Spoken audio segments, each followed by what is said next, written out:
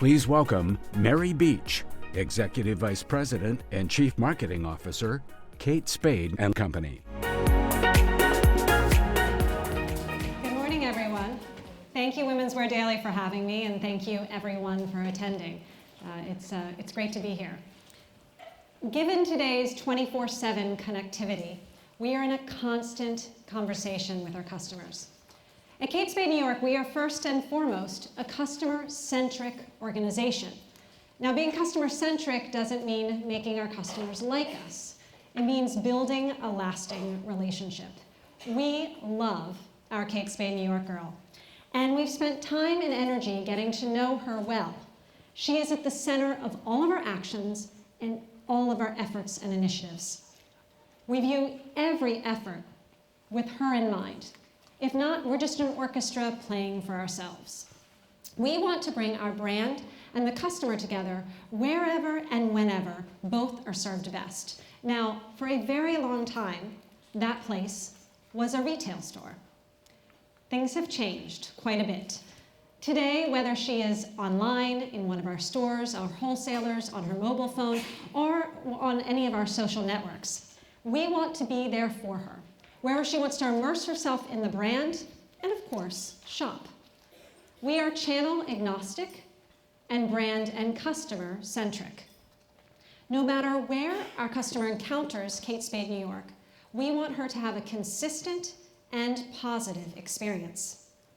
Now, equally important to this customer relationship is brand voice, or brand storytelling. Storytelling is key for any brand. It's how you communicate with an authentic voice to your customers and make sure they both understand and engage in your brand. Now, storytelling has been around since the earliest of days, whether it was carved into rocks, woven into tapestries, painted on canvas, recorded for radio, or captured for film and television. Successful storytelling always requires two key ingredients: great content and great distribution. While the source is much debated, the phrase "content is king" is most often attributed to a 1996 Bill Gates essay. 20 years later, at Kate Spade New York, we still believe that this statement holds true. At our core, we are storytellers, and this approach touches every part of our business. To create great content, to tell a great story, you have to have a strong and unique brand voice in order to be heard and remembered.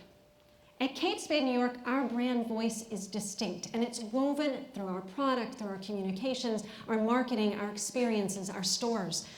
This consistency ensures that everything we touch is undoubtedly Kate Spade New York.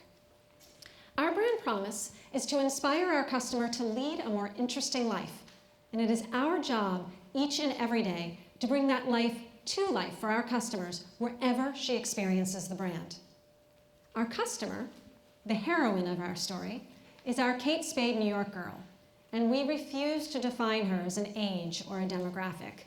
Instead, we give her the respect she deserves, knowing she is a lot more than a number on her driver's license.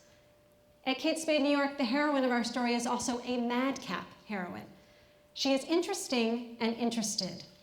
She is timeless, smart, confident, joyful, unique, and fun. We know everything about her because we've taken the time to get to know her. We know her favorite drink, the movie she can't pass up when it's on, her favorite colors, the flowers she buys, most often for herself, the books she moves from apartment to house to home, the car she drives, and the hotel she escapes to when New York gets to be just a little too much. This combination of customer centricity and brand storytelling is incredibly important, particularly so in today's digital, always-on environment, where more content is created in any one day, than we could possibly consume in an entire lifetime, and where our average attention span is on par with that of a goldfish. Putting our customer at the center allows us to deliver her experiences, product, and content, not only where and when she wants to receive them, but how she wants to receive them. It allows us to take advantage of distinct physical and digital environments and drives us to service her needs and immerse her in our story in innovative ways that we wouldn't think of if she weren't top of mind. And our brand voice provides us with our true north. It is a story with the breadth and the depth to support a range of applications, enabling us to serve her needs and respond to them with our storytelling, and to put the right messages, product, and experiences in front of the right customer at the right time. Our well-defined leading lady, our customer, and our clear brand voice give us endless possibilities for great content and storytelling, whether it's our image campaigns every season that tell the story of a multitude of interesting women and a couple men leading their interesting lives right here in New York, to our brand videos who tell about the misadventures of our Kate Spade New York girl, to our e-commerce site, our ultimate flagship for the brand, where we communicate our brand story and establish an emotional connection with our customer, to our Instagram, where we explore all aspects of the aspirational Kate Spade New York girl's life and turn them into relatable social moments where the products play a character in her story, to our specialty stores that are reminiscent of our girl's apartment, where interesting life moments abound and where we can put the customer first and tell our story consistently, authentically, uniquely, and in a way that is definitely her and definitely Kate Spade New York. Today, I'll walk through 3 examples in which customer centricity and brand storytelling serve as a filter for our efforts: content, distribution, and channel agnosticism. Our Misadventure film series is a celebration of the Kate Spade New York girl, featuring one-of-a-kind women who are as ambitious as they are original. It's been incredibly successful from a customer acquisition and brand engagement perspective. Our 2 seasons and 5 episodes have driven 100 million views to date, while also significantly increasing search activity, purchase consideration, keyword interest, and traffic from social. We're shortlisted for a Cannes Lion, and last week won a Clio for fashion. While successful from the outset of our very first misadventure in holiday 2014, starring Anna Kendrick, we've evolved our approach over time to meet her consumption habits and her response to the film. Earlier, I shared the quote, "Content is king," but more recently, I came across a quote from Jonathan Perlman at BuzzFeed. It said, "Content is king, but distribution is queen, and she wears the pants." At Kate Spade New York, we also believe this statement to be very true, and the digital age makes this addendum even more critical. We always seek to deliver content to our customer, not only where and when she consumes it, but how she wants to consume it. When we started our Misadventure series, we released 1 film at one time, to great effect. But we quickly received feedback that our customer wanted to immerse herself in the story more than we could provide in a 3-minute film. So in spring 2016, we conceived of a story arc that could last 6 weeks instead of 6 days, adding multiple characters and producing behind-the-scenes content and styling videos that allow our customer to immerse herself more deeply, should she so choose. Now, further feedback told us that this short, bite-sized content is key to our customers on her social platform. She's frequently on the go, immersing content, engaging in content on various devices and various places, and she likes the quick snippets. So for this fall 2016, we conceived of one overarching story. 3 heroines, played by Zasha Mamet, Sarah Jones, and Ali Wong, prepare to co-host a night of female comedy. In their process of getting ready for the limelight, they each encounter some type of misadventure that they have to overcome extraordinarily with humor and wit. As the 3 women unite to take the stage, they realize that the greatest performance lies in the adventure of getting there. Let's take a look. You could have any accent in the world. What would it be? Ready? Really? Okay, we're almost ready. No. Okay, guys. Hi. Okay, so what I'm gonna do is I'm gonna welcome everyone to an evening of women in comedy. Yeah. And then Zasha, you're going to start. You're gonna talk about, do an intro bit, and then Ali, you're gonna do your stand-up. Okay. I'm sorry, I have to take this. Okay, no problem. And then Sarah's. I don't know where Sarah is. Hi, I'm Sarah Jones. I'm here for the Women in Comedy event tonight. I don't see you. No, if you check your list, I'm Sarah Jones. I'm one of the women who's funny. Oh, hi, little love. What are you doing? Mama's at the Rainbow Room. No, it's not an actual rainbow. Are you in the potty? Alone without Daddy? Of course, baby girl. Mama will talk to you until you go. Question, more important. Beau, yes, no, maybe? Amazing. Amazing? Hello, gorgeous. Hello, gorgeous. You're amazing. Wait. Oh, what's going on? Wait, hold on, I think we're stuck. Wait, don't move. Hold on, I think we're stuck. I mean, this is in real time. I know We this have is to go. scripted. I know we have to go. Okay. Actually, I'm realizing, I think there's been a slight misunderstanding. I'm actually here as the stylist for Miss Sarah Jones. I've got some bibs and bobs and things. There once was an ugly duckling whose own talents and intelligence transformed her into a beautiful swan. Did you go? I actually have an emergency flower delivery for Miss Sarah Jones. It's very urgent. It's like flower triage. Yeah, okay. That's good. Are we about to work out right now? No, I don't think so. No? Okay. You and me, let's do this, okay? You do your arms like I showed you at Kelsey's bat mitzvah. I am Marie-Claire. I am there, I'm showing you a little list. Push it.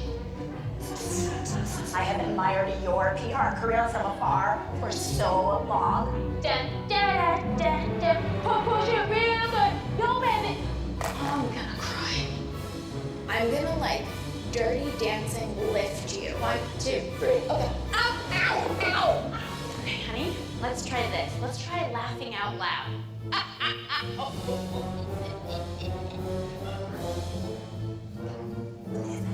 Okay, now it's done. Okay, literally don't breathe. Okay. You're going? You're going? Hi, sweetheart. I'm here for the charity event tonight. Wait, I got an idea. Yeah. Yeah? Yeah. Okay. Ready? I'm a patron, you know, so Just go. you'd be a lot nicer if you would eat something. Make sure Daddy wipes you, okay? Love you. See you at home. You are bananas? Uh-huh. This looks pretty good. Yeah? Yeah. I'm channeling Barbra Streisand. Oh my I like God, this. Babs, I how like- Oh, there you are. How I love You know, she once told me, you have got to discover you, Yeah. what you do, and trust it. Oh, it's grown-ups. That's Scotland. I'm so excited to be talking to grown-ups. Hey, how are your people? Your people are great. Demanding, but I love All right, it. funny girls. I'm gonna have them open the doors. You ready? Ready? Yeah? Okay. Let's Ready? do it. Okay. This is straight. What's up? Oh, that's awkward. Excellent. As you can see, it plays fantastically as a standalone piece. And in the first 4 days of release, we garnered 16.5 million views, which is equivalent to the number of views that we received during our entire campaign in spring a year ago. But within the film, we actually constructed 3 individual pieces with 3 different actresses, 3 different locations, and 3 different storylines. Now, this tactic gives us a variety of options for our consumer to enter the storytelling and provides bite-sized content that we can use in many different mediums in which our customer and our potential customers engage. Not only did we produce snackable, unskippable outtakes, but expanded the full story into 3 separate pieces that take into account how they're consumed in our customers' newsfeed. Let's take a look. Yes, baby girl, Mama loves staying at home with you so much. But Mama had to go back to work because Mama is an independent woman who makes her own money and wants you to become an independent woman who makes her own money. Yes, it's very powerful when that happens. Money is evil and magic at the same time. Hi, I'm Sarah Jones. I'm here for the Women in Comedy tonight. I don't see you. I'm sorry? Hello. No? Are you serious? Do you understand anything? French, English? No? Just acting like I'm not getting in, but I'm totally on my way in there. Okay, totes. What's that, honey? Just go. Oh, aren't you sweet? You know I'm a patron. You recognize me. Is that what it is? Good thing. I didn't have that many more years to wait. Oh, you know what? We could even go on stage together. We could do like a ventriloquist thing, you know? It would be like a perfect combination of like my charm and your wit, and it'd just be like it'd be like one human. So I'd be like the lamb chop. I mean, like, look, it would be like, hi, I'm Drew. I have a problem with women speaking for me. I only let women and cats speak for me. Well, that's why I love you. That's why she loves you. In addition, we developed new layers of content to respond to our always-on, deeply engaged consumer. Our Misbehavior spin-off mini-series follows our intrepid reporter, blogger Poppy Jamie, as she shows up on the set of our invented Night of Women in Comedy to get interviews for her new TV show. The end result is behind-the-scenes, of-the-moment content that allows our customer to dip in and out like she would with a great series of short stories. And it worked. This teaser campaign drove 17 million impressions and 9.2 million views, with a view rate 37% higher than our teaser campaign last spring. Let's take a look. You know what I love? You have a second bow under your bow. You are the most prepared journalist I've ever had the pleasure of encountering. Thank you, thank you. If you could steal something today, what would you steal? From, like, currently the situation that we're in right now? Yeah. Your energy. I would steal your energy. It's pretty epic. I think if we bottled it, we could make a lot of money.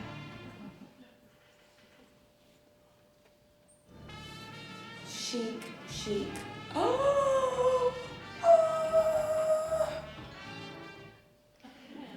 Our second layer of content involved partnering with Micmac, the first mobile video shopping network, to create a custom activation that focused on our younger millennial customer with a group of under $100 great Kate Spade New York pieces that were instantly shoppable through mini-mercials hosted by one of the characters in the Misadventure film.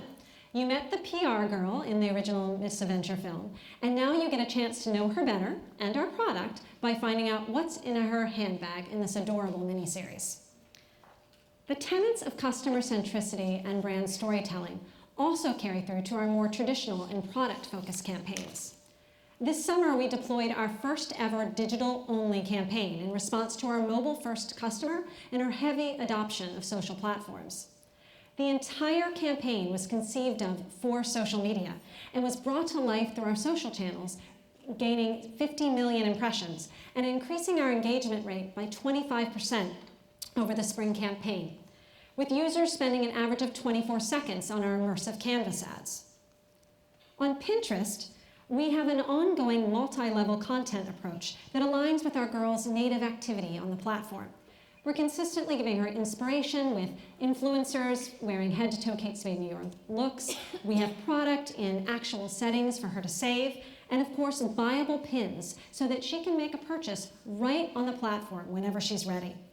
Pinterest continues to be our second highest traffic driver to katespade.com from social and has increased its channel revenue 32% year over year on katespade.com.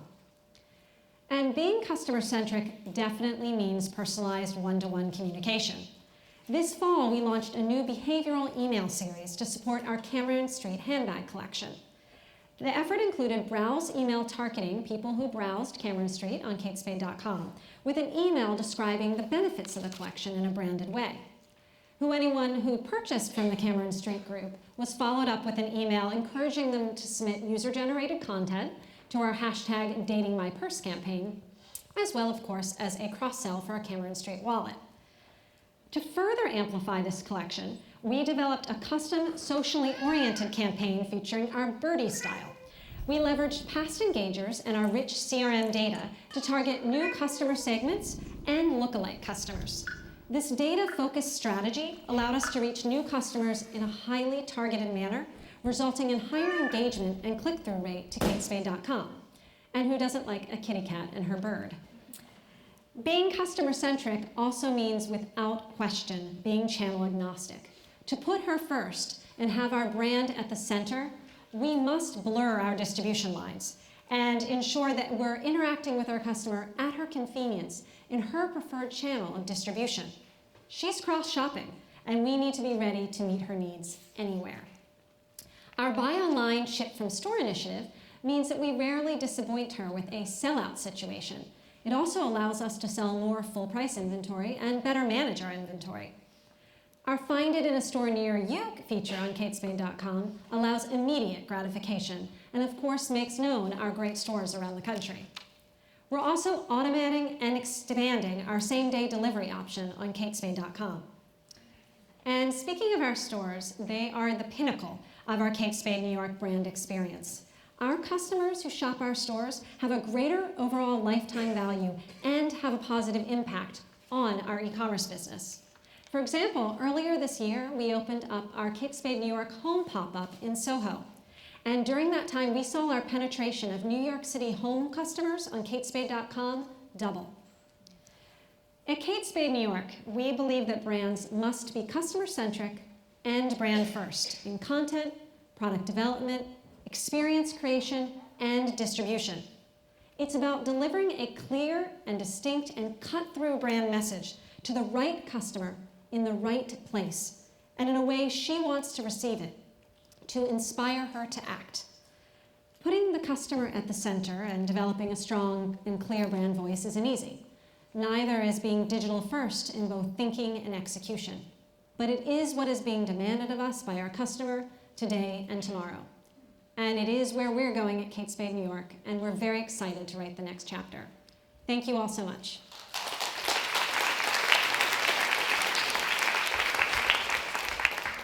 I think I have a little bit of time for some questions. Yes, I can't see too well, but I think there's one right there. Hi, thanks so much. You have such a distinctive and clear brand voice to the point that you can cover up your logo and know that it's you, which I think is the goal of many brands. And I'm wondering, to have that distinctive a brand voice and to be that recognizable and differentiated, you have to be so, in my opinion, vigilant about sticking to a very almost narrow definition of who the customer is and kind of shy away from the natural instinct to want to be all things to all people. So how did you go about doing that and kind of getting your partners on board with saying, this is who we are and this is who we're going to sell to, and we're not really for these other people? So we actually find the voice and the brand to have a lot of breadth and depth. It's not a narrow, it's not a demographic definition. We find Kate Spade New York girls at 14 and at 85 because it is an attitude and an approach to life filled with optimism and confidence and joy. And so we spend a lot of time, that leaves a lot of leeway and gives us a lot of opportunity to work within that, always knowing that we have to put those things forth. I think in getting our partners on board, every time we enter new categories, we have 29 different product categories. So we certainly have seen the brand easily apply to a whole breadth of lifestyle categories. And we're in many, many countries around the world and have had the same success. So it is about just making sure that the products we put forth stand for the brand and not in a narrow fashion. I feel like it gives us, I happen to run both marketing and licensing, so quite a bit of those categories I described to you are licensed. And when we bring on new licensees, that's time I find it's like the truth telling you, is the brand going to work? Is it, when you're sitting across the table with somebody talking about sleepwear, does it translate into sleepwear? And seeing how easily the guardrails, the color stories, the design aesthetic transfer into all these different categories gives us the confidence that it does have that breadth. Thank you. Other questions?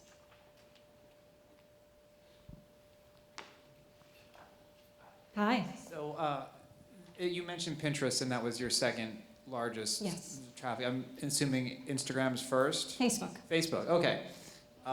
So how do you view social, though? It seems like a lot of what this is directly kind of brand building and reinforcing your message.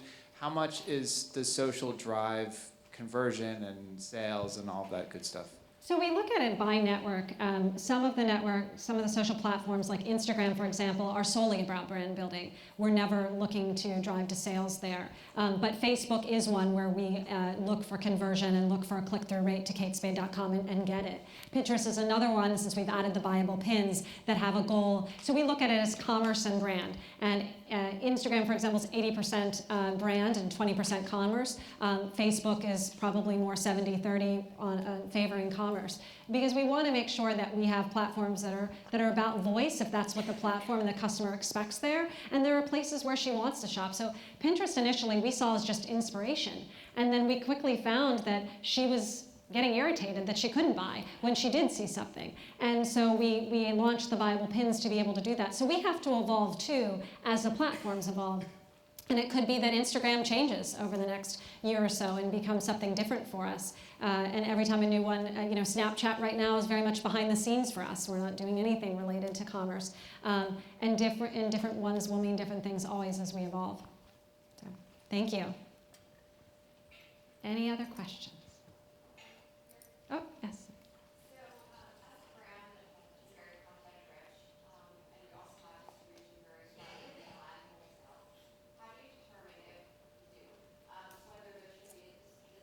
In how you distribute retail-specific content versus wholesale-specific content. Sorry, can you repeat the ending one more time? How do you draw a line or distinction between what content you distribute in retail channels versus wholesale channels digitally? So Kate Spade has a healthy wholesale business, but we are primarily a direct-to-consumer company. Our e-commerce site is very, very strong, and obviously we have a tremendous network of stores. And we don't specifically differentiate between the two.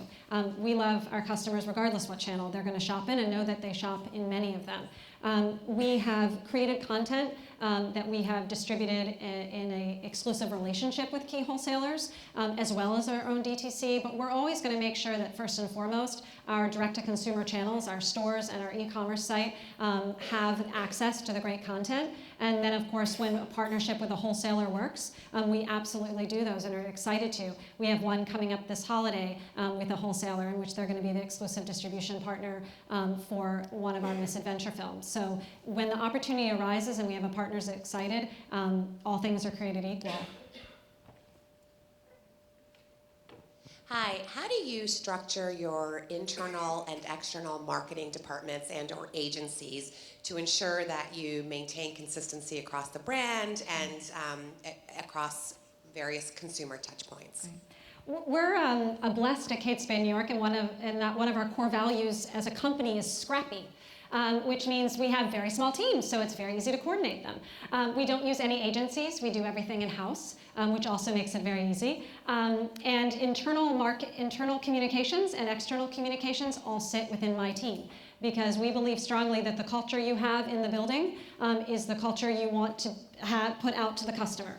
So if you come to 2 Park Avenue and visit our Kate Spade New York offices, it is an intensely optimistic and happy place. We are upwards of 80% women, vast majority type A's, so it's a lot of energy. But it is a positive energy. There's champagne drinking on a regular basis and lots of cupcakes. And as I tell people in interviews, if happy makes you creeped out, it's not the place for you to come, because we are a very, very happy place. And that is just the energy that we put out there. That all keeps that piece controlled and helpful. But one of the things that I will add, and I referenced an orchestra playing for ourselves earlier, another thing we believe strongly is that the marketing department, we're conducting the orchestra from behind. There was a reference to being vigilant earlier. The best way for us to keep the brand strong is to make sure every single person at the company is as clear on the Kate Spade New York girl and the experience we want to deliver as I am and as are my team in the marketing department.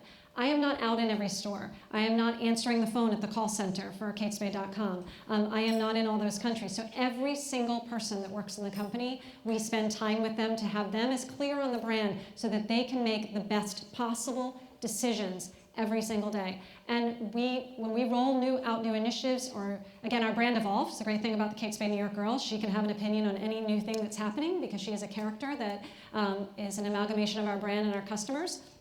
We roll that out to everyone from operations to store associates to finance. We want everyone that works at Kate Spade & Company to be as clear on the brand as we are.